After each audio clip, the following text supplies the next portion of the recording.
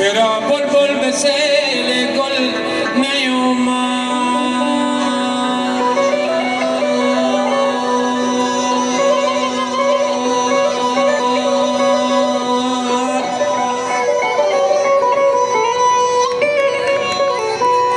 چرا بلبل به سیل گل نیومد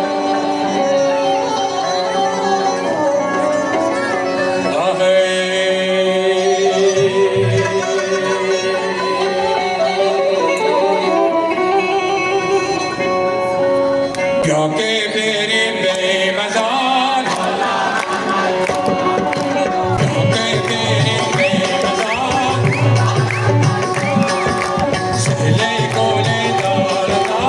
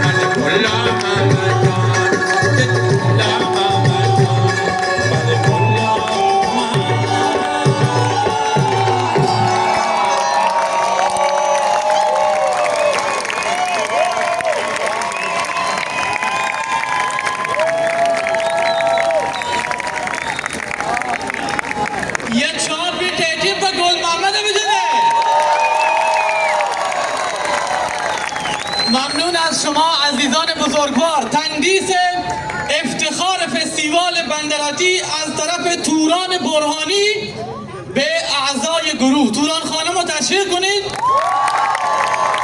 توران از شیرزنانی هست که از ابتدای این برنامه پای کار بودن و بیشتر زحمات اجرایی رو تقبل کردن. اساتید بزرگوار آقای دلنواز،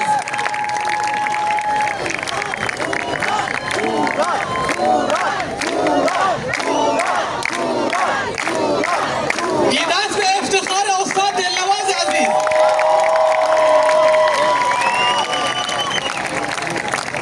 ممنون از حوصله شما بزرگواران. انشاءالله فردا باز هم در خدمت شما هستیم. من عذرخواهی میکنم چون وقت نبود، وقت بود. بذار من تشکری بکنم از سرپرست گروهمون جناب آقای استاد دلنواز.